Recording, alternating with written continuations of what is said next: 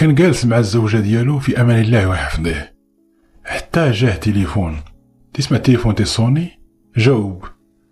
ولكن الوقيته اللي هو تيجاوب، الزوجة ديالو كتشوف أن الوجه ديالو تزنق ووجهه حمار والسيد عرق وما تيجاوبش، تيقول والزوجة ديالو فهمت أنه هاد السيد سمع شي خبار اللي ماشي هي هاديك. منين كمل المكالمة قالت لي الزوجة ديالو يكسي بس ما كاين. الزوج ما قالش ليها شنو وقع وشنو المكالمة شنو فيها، غادي يلبس حوايجو وغادي يخرج تيجري. منين خرج تيجري، خرج مشى للقهوة، بدا يعيط لك الرقم اللي عيط له. شكون معايا؟ قالت لي معاك فلانة، وانا راه عيطت لك باش تحل معايا المشكل، راني حاملة. السلام عليكم. القضية ديال اليوم ديال واحد السيد ولي الاسم ديالو الحسين. الحسين تيسكن نواحي مدينة الدار البيضاء في واحد الدوار. هذاك الدوار واحد 90% من ديال الساكنة ديال داك الدوار تيشتغلوا كلهم غير في الفلاحة، قليل اللي كيمشي يخدم في البني وكيرجع لهذاك الدوار ولا داير مشاريع اخرى، ولكن الاغلبيه خدمتهم هي الفلاحه. ومن بينهم هذا الحسين. هذا الحسين مزوج، عنده جوج ديال البنيات. البنت الاولى واللي الاسم ديالها سناء، والبنت الثانيه اللي الاسم ديالها لطيفه. الزوجه ديالو ربت بيت، ما خداماش، جالسه غير في الدار. وهذا السيد هذا عنده غير منزل طيني، ماشي شي سكنه تلهيه، فراش على قد الحال. هذا السيد فقير، ولكن هذا السيد هذا كان تيفهم في الفلاحه مزيان، ولكن مسكين ما عندوش ارض وما عندوش باش يخدم، ما عندوش راس المال. ولكن كان هو مسير واحد الفيرما ديال واحد السيد. هذاك السيد لا يفقه في الفلاحه شيئا. السيد كما كنقولوا حنا غمر الشكاره، سيد لاباس عليه. هذا السيد هذا من مدينه الدار البيضاء، عنده مشاريع في مدينه الدار البيضاء، وبحكم انه مشكاره سمع ان المجال ديال الفلاحه فيه ما يدار، مشى شرا واحد الفيرما، دار فيها كواره ديال البقر وديال الماشيه وزرع فيها الاشجار. ولكن هو ما عرفش لهاد الفلاحه، بقى كيجيب الخدامه كل خطره تيخدم مع واحد، حتى طاح على هاد الحسين هذا. لقاه انسان اللي فيه الثقه، وانسان اللي متمكن من الحرفه، اي تيفهم في الفلاحه ككل، سواء في الكسيبه ولا في الغرس. السيد متمكن من الحرفه ديالو، كيفهم فيها مزيان.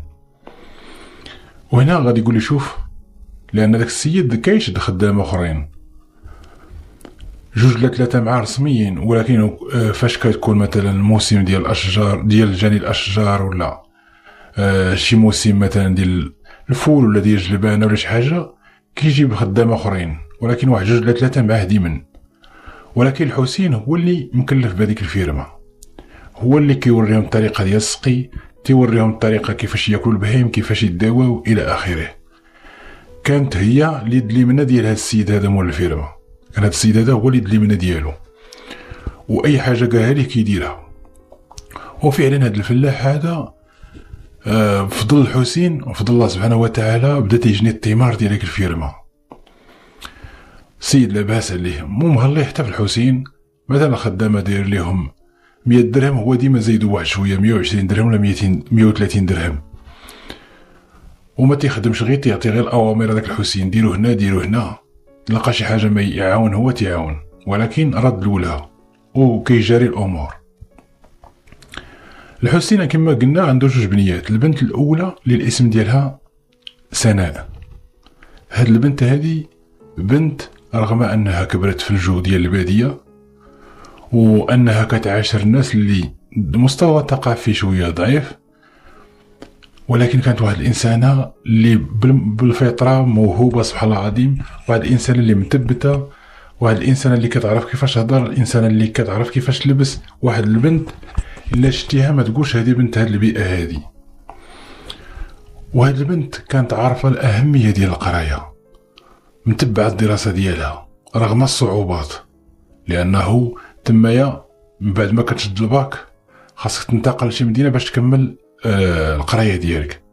وفعلا السيده ما استسلماتش، مشات المدينة الدار البيضاء وكملت القراية ديالها.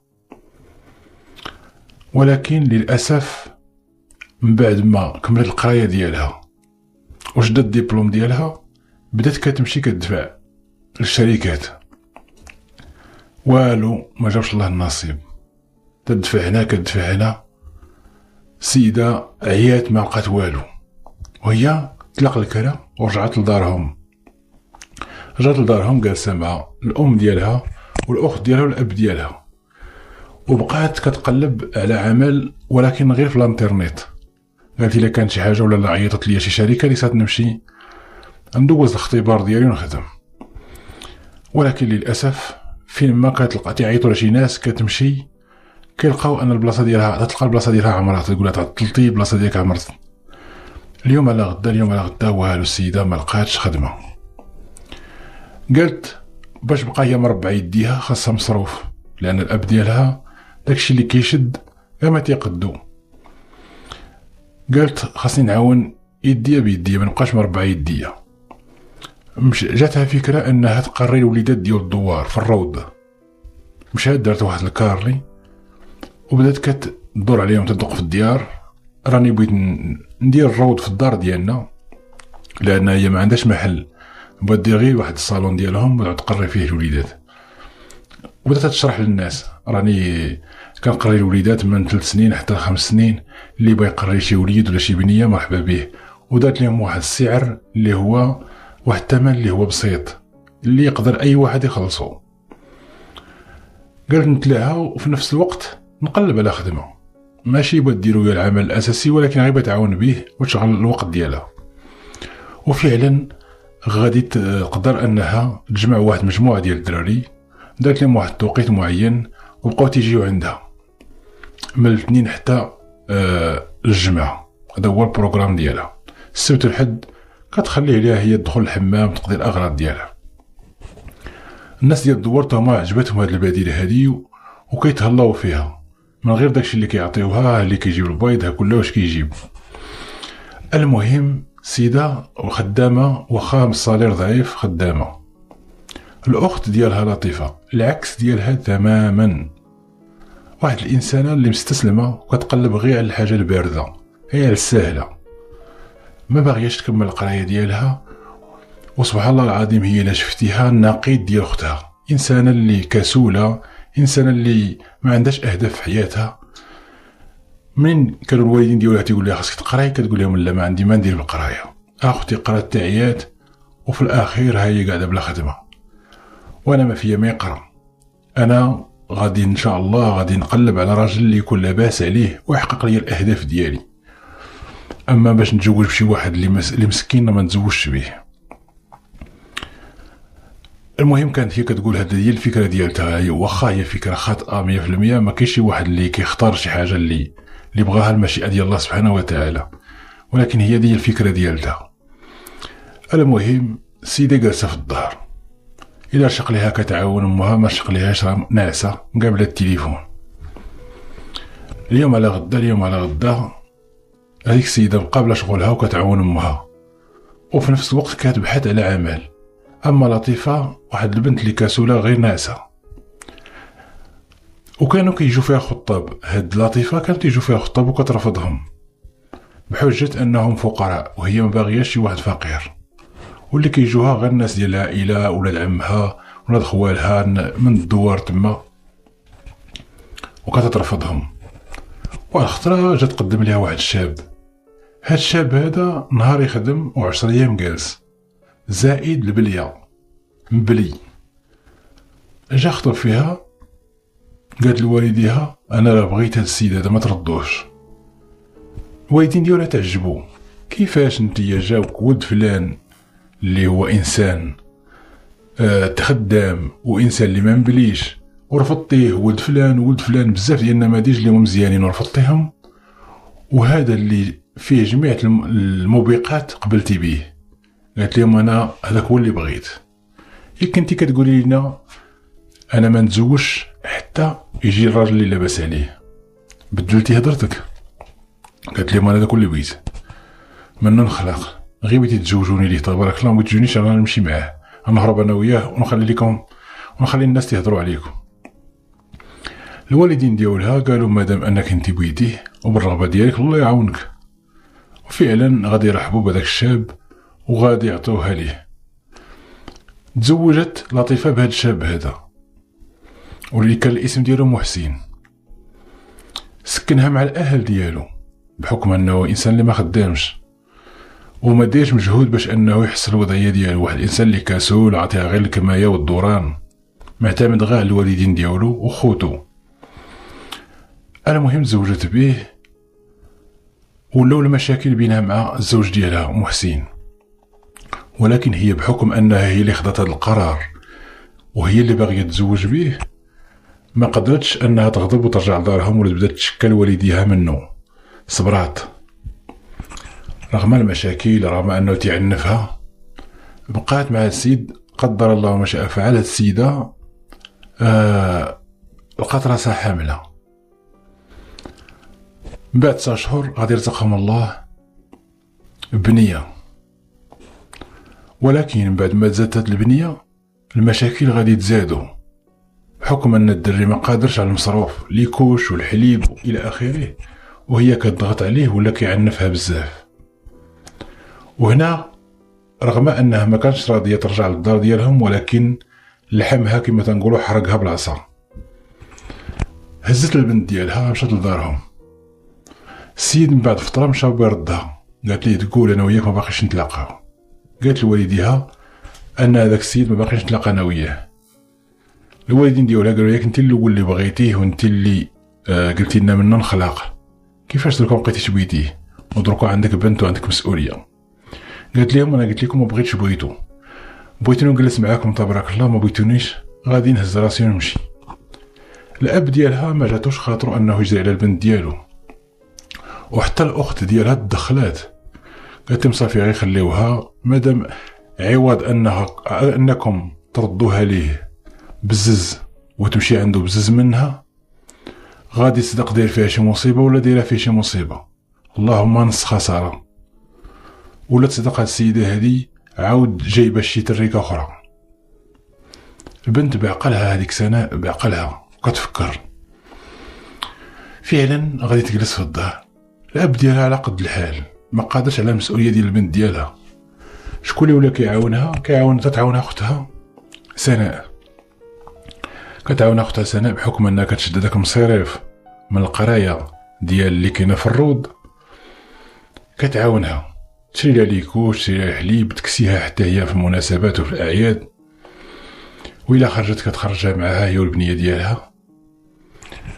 لك واحد النهارات هاد الاب ديال سناء وديال لطيفه واللي هو حسين كان جالس مع داك المشغل ديالو اللي هو مول الفيرما، بقى كيدردش هو وياه بحكم انه خدام معاه سنوات وكل واحد تيعاود الاسرار ديالو للاخر، ديالو بحال الصديق ديالو ماشي مشغل، لانه كان تيجي عنده للدار، وحتى الاخر اللي كان عنده شي مناسبه ولا شي حاجه كيمشي عنده لمدينه الدار البيضاء كيبارك ليه، اي حاجه كانت في العائله كيمشي عنده كيزورو. المهم جالسين مع واحد البراد ديال حتى تيدردشوا، وهنا هذاك المشغل ديال مول الفيرما غادي يقول للحسين تيسولوا على البنيات والمستقبل ديالهم، قال له ودي البنت ديالي مسكينه راه دارت مجهود ولكن رزقها هكاك داير، بنيه راه قرات تبارك الله، عندها الدبلوم ديالها ودقات جميع البيبان وراه ما لقاتش، وراه جالسه غير في الدار ديالها واحد الروض وكتقري وليدات، والبنيه الثانيه راه تزوجت بواحد الشمكار لصقت فيه، وفي الاخر ولات يعطيها العصا، دابا راه جالسه في الدار هي والبنيه ديالها. بقاو تيدردشوا هكا واحد شويه ويقول لها ودي رانا كنقلب للولد ديالي بغين نزوجو. هذاك المشغل هذاك مول الفيرما تيقول لحسين بغين نزوجو، خايف عليه انه يتبلا ويبقى يترافق ليا مع داك رفقاء السوء. قال له ودي واخا هو مازال ما كملش الدراسه ديالو انا بغي نزوجو، لانه كان السيد هذا كان تابع واحد المجال اللي فيه قرايه بزاف، بحال شي طبيب ولا مهندس، واحد خاص فيه 6 سنين ولا 7 سنين ديال القرايه مورا الباك. قال لي واخا هو مازال ما خدمش ولكن انا قاعد نصرف عليه والزوجه ديالو. اش بان ليك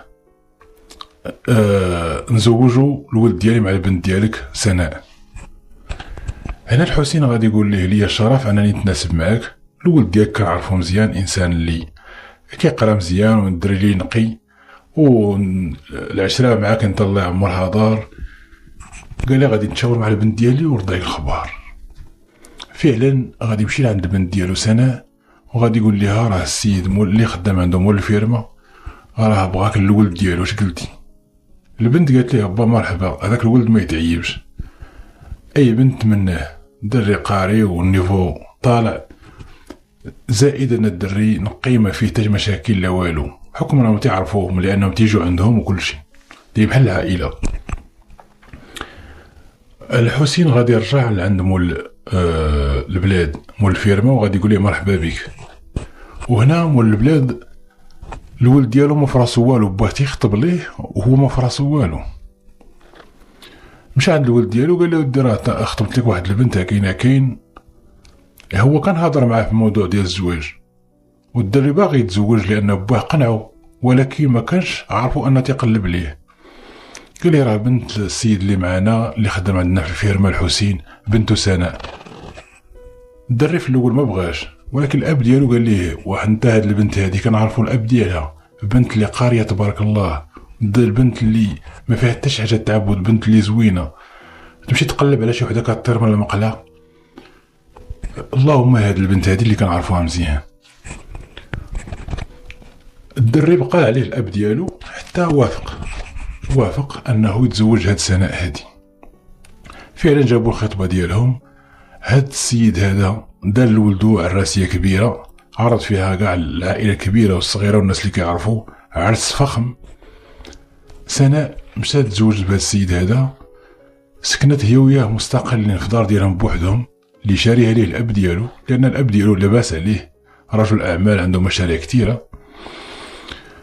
السيده سناء اخيرا ابتسم لها الحظ ورزقها وصلها. هاد السيد هذا بوك العاقه، الامور بخير وعلى خير. يلا تعطلوا شويه في الانجاب. الدري كان تيقول ودي انا مازال محتاجش الاولاد، دروكا باقي بغيت نكمل القرايه ديالي ونشد الدكتوراه ديالي بلاتي علينا. ولكن البنت كتضغط عليها امها كتقول لها تزوجي الوقت هادي. عرفتي العقليه ديال النساء خصوصا العيالات القدام، لا راه خاصك ديري وليدات باش تشدي الراجل الى اخره. البنت دخلت لها الفكره على راسها رغم انها بنت اللي قاريه وواعيه ما تاثرش بهذا الكلام، ولكن في الاخير مع قوه الزن ديال الام ديالها غادي فعلا تولي تفكر في هاد الوليدات. ولات كتمشي عند اطباء وكدير فحوصات، ومن بعد فتره قصيره رزقها الله بنيه. هاد السيده هادي مشات دارت الفحوصات وقال لها راكي حامله، ومن بعد شهور عرفت الجنين ديالها انها بنيه، عندها بنيه بحال الاخت ديالها مطلقه. المهم السيده جالسه غير في الدار، الزوج ديالها كيجيب لها لا خصها بحكم انها حامله، لا خصها شي مساعده ولا شي حاجه كيجيبها كدير لها كروميناج مره في الاسبوع ولا مرتين، والامور غاديه بخير وعلى خير. فاش وصلت للشهور الاخرى ديال الحمل، السيده غادي يولي كيدوز معاها الماء، تخلعت واش غادي تجيها ولاده مبكره ولا شنو. داوها عند الطبيب، وهنا غادي يقول لهم بان الجنين في خطر لانه كينشف عليه الماء نهار على نهار. هاد السيده هادي خاصها تبقى دير الكونترول كل اسبوع تقريبا باش تبقى تراقب وتاكل الدواء. فعلا وتعطي السيده تعطي راسها للراحه. هنا باش تكون هانيه مشات لعند الاخت ديالها اللي هي مطلقه وقالت لها راه شنو قال لي الطبيب، واش ممكن انك تجي تقعدي عندي في الدار وتعاونيني هكا وتقربي لي اي حاجه خصتني عوض ما نجيب خدامه، اللهم انتي وداكشي اللي بغينا نعطو الخدامه عطوتك انتي. هادشي كانت هضرت مع الزوج ديالها قال لها الا بغات مرحبا. وفعلا هاد الأخت ديالها لطيفة غادي تمشي معاها للدار. يا الله السيدة جالسة في الدار حتى واحد النهار بغيت تزاد عليها الحال، داوها للكلينيك، قال لهم السيدة خاصها تبقى ناعسة هنا حتى تولد، لأنه خاصها تبقى تحت العناية ديال الأطباء ويبقاو يكونتروليوها كل مرة، وتبقى ناعسة حتى تدوز الفترة كلها ديال اللي بقات ليها. وفعلا داكشي اللي كان. السيدة غادي دير الحويجات ديالها وغادي تمشي، وغادي تبقى كتجي عندها الأخت ديالها كدوز معاها وقت طويل تما في كلينيك حتى تلحق العشية وكتمشي للدار. كتشوف طلبات ديال الزوج، قدم لي داكشي ولا كاين شي حاجه تما ما تقضيها في الدار، تكنسها تتنعس. الصباح ثاني كتجيب لاختها الماكله وكتجي عندها. اليوم على غدا السيده ولدات، سناء ولدت البنيه ديالها بصحه جيده، ما كاين مشاكل ما كاين والو. فرحوا بها، وخصوصا الاب ديال الزوج ديالها فرح بزاف بان ولدو تزاد عنده مولود، يعني مولوده، وفرح بهم فرح بهاد المولوده هادي، ودار لهم العقيقه والامور بخير وعلى خير. السيده رجعت للدار ديالها، خرجت من الكلينيك رجعت للدار ديالها، الامور غاديه مزيان.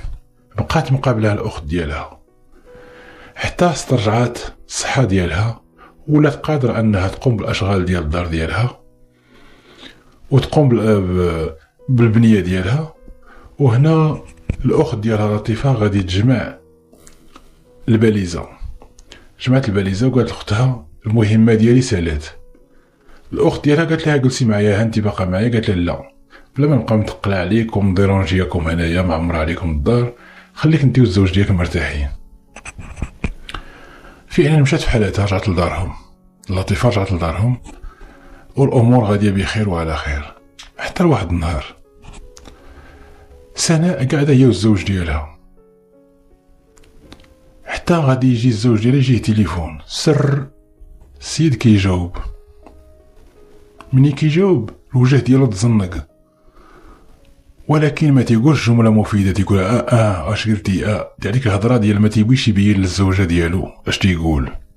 الزوجه ديالو سناء فهمت انه ما باغيش يبين ليها شنو تيسمع، شنو تيتحاور مع داك السيد، تتقول ليه كسي باش ما كاين، لان شافت السيد الوجه ديالو حمار. قالت ربما هذا سمع شي خبر اللي ماشي هي هذيك، شي موت ولا شي حد وقع ليه شي حاجه. كتقول ليه شنو وقع، هو ما تيجاوبهاش. منين كمل المكالمه ديالو هنا توقف عليه الزوجه ديالو كسي باش ما كاين، قال له والو، واحد الصديق ديالي عنده واحد المشكل تاع من بعد نعاود لك. لبس الحويجات ديالو خرج، مشى للقهوه ويجبد التليفون ويبدا يعيط لذاك الرقم اللي عيط ليه. شكون هو الرقم اللي عيط ليه؟ الرقم ديال لطيفه. بدات تهضر معاها، قالت ليه بانها راه ما جاتهاش العاده الشهريه وانها راه حامله، لان هاد لطيفه منين كانت الاخت ديالها في السبيطار بقات كتدور بالزوج ديالها، تدور به حتى وقعوا في علاقه محرمه. قالت لي دابا راني مشيت دوزت وقالوا لي بانني حامله، وانا راه ما غير معاك انت. السيد في الاول دار فيها، قال لها شتي تشوفي مع من؟ قالت لي حتى هذا كلام، غادي نمشيو وغادي نشوفو، غادي يتزاد الدري هذا وغادي يدار ليه دي، وانا اصلا ما غاديش نتسنى حتى يدار له دي، غادي نمشي ندعيك دابا ونشوهك مع اختي ومع العائله. السيد خاف على راسو، وهنا غيدوز معاها الحوار الثاني. قال لها ضروري نتلاقاو ونهضروا. فعلا السيده غيجي عنده وتلاقاو في واحد القهوه بعيده، تلاقاو في واحد القهوه تما بعيده، لا حتى واحد ما يعرفهم. جلسوا، قالت ليها شنو كاين وشنو كاين، اش بغيت دير معايا في هاد الحريره هادي؟ قال لها طيحيه. قالت لي لا ما غاديش نطيحو. قال لها شنو؟ قالت لي الا بغيتيني نطيحو تعطيني 10 الملايين وتكلف انت بالمصاريف ديال الطياح، ما بغيتيش انا راه غادي نمشي ندعيك وديك الساعه تشوف انت كيفاش تفكها. قال لها صافي انا مستعد نعطيك 10 الملايين. قالت لي وصافي تفاهموا، وهنا غادي يمشيو يبداو يقلبوا شكون يطيح لهم الجنين. اللي مشاو عنده تيقول لهم لا، السيده راه عندها 3 شهور وما يمكنش لنا نطيحوه. وهنا السيد حصل واحد الوقيته كيدردش مع الصديق ديالو اللي كيتيق فيه، عاود ليه شنو وقع في القصه. الصديق ديالو غادي يقول لي شوف راه كاينه واحد السيده، ها فين كاينه بالضبط، ها كاين هاد السيده هادي راه من مناطق الصحراويه وساكنه هنا في مدينه الدار البيضاء، وراه كدير هاد الخدمه هادي. سير عندها، ولكن راه كطلب فلوس، راه تقدر تطلب لك 3 ملايين ولا 4. قال لي ما عنديش مشكله في الفلوس، انا غير تحيد عليا هاد المشكل هذا. وقال لي زيد نقول لك واحد المعلومه اخرى، هاد السيده هادي راه ما عندهاش محل، راه هي خاصها تجي عندكم للدار. قال ليه كاينه الفيرما، غادي نديها للفيرما. فعلا غادي يمشي لعند هاد السيده هادي، هضر معاها على المشكل، قالت ليه مرحبا، طلبت ليه 4 ديال المليون. قال لها مرحبا، صافي نضاها كلشي هو هذاك. غادي يخلي حتى لواحد النهار الاب ديالو ما كاينش، مسافر، لانه خافوا انه يجي عنده الفيرما. مشى عند الحسين اللي هو الاب ديال لطيفه، وقال ليه هاد النهار هذا عندك روبوسي للدار ديالك. وكان معاقد مع لطيفه وعاقد مع ديك السيده اللي بطيح ليها الجنين باش يجيو للفيرما تما. فعلا جات هذيك السيده وجات لطيفه، كذبت على الاهل ديالها وقالت لهم غادي عند شي صديقه ديالي، وهي راه في الحقيقه جايه للفيرما فين خدام الاب ديالها. جاو دخلوا، السيده بدات كدير العده ديالها، وجدت دوك العشوب مسائل باش كطيح، لان هي كطيحها بالحار بالحاجه الحاره. عطاتها داك المشروب، غلاتو ليها في شي حاجه، دات ليها غاد الغلاي وفي معاه داك العشوب، عطاتو ليها. السيده غير شرباتو بدات كتوجع. صافي هما تيقولوا تيتسناو ان السيده صافي تسقط هذاك الجنين، وهما كانوا متيقين من هذه العمليه، خصوصا ان البنت ماشي بكر. ولكن السيده منين تتركل، هي ماشي كتركل من الوجع ديال السقوط ديال الجنين ديالها، كتركل ان السيده صافي بغات تفارق الحياه. تيقولوا غير الوجع ديال الولاده حار. واحد الوقيته هي فقد الوعي، تيرشوها بالماء والو، السيده مشات. تيقلبوا على القلب ديالها تلقاو سكت، عرفوا ان السيده توفات. اش غادي يدير؟ قال لها السيده انا غادي نوصلك ونشوف واش ندير في هاد الحريره هادي. وصلها فين كتسكن، وكيفكر كيفاش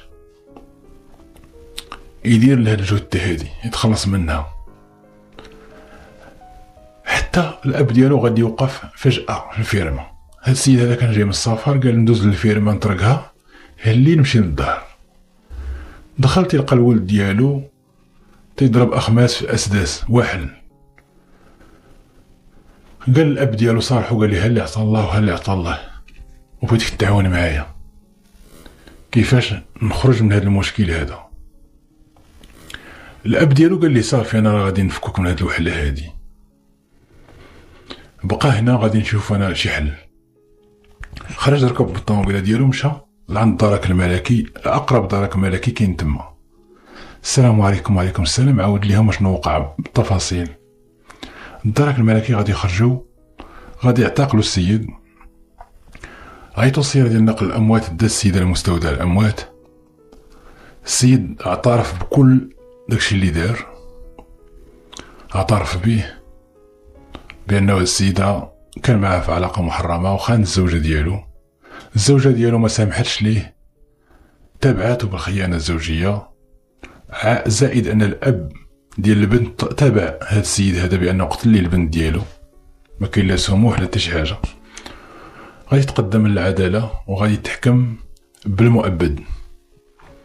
الاب ديالو ما تحكم بتنهار لانه السيد لقى الجريمه جا بلغ.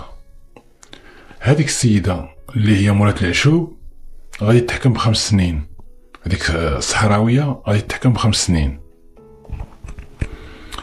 اما السيد اللي دلو على هاد الصحراويه غادي يتحكم حتى هو ب2 عام.